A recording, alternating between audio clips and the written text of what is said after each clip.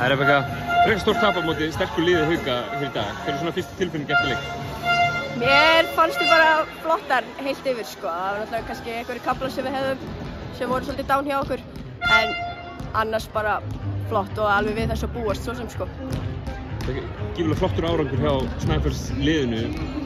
Ekki bara núna, ef þeir eru að fara í undanúrslit í bikarnum 2 ár í röð.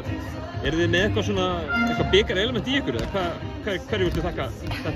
Já, það er eitthvað.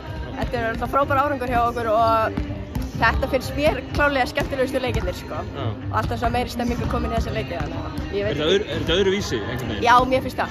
Þetta er bara einhvern veginn dugað að drepast og maður bara leggur alltaf á gólfið og vonar það besta sko.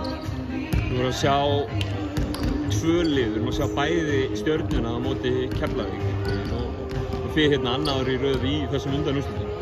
Er bilið á milli deildanna einhvern veginn minna núna heldur en það hefur kannski verið? Já, ég get alveg ímyndað með það. Ég held að fyrstu deildin sé orðin sterkari en hún var og eins og hefur sýnt sig að bæði við og Stjarnan höfum slegið út úrvalsdeildarlið þannig að við eigum alveg séns í einhver hérna lið.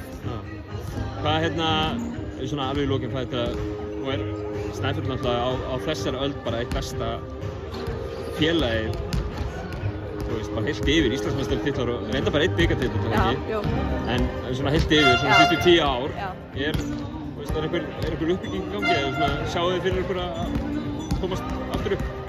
Já, algjörlega á einhverjum tímapunkti og þetta er svo frábær reynsla fyrir þess yngri að fá smá smjörþefinn af þessu hvernig þetta virkar, spila á móti betri liðum þannig að algjörlega við tökum þetta bara með okkur áfram í framtíðinu, þessa reynslu sko.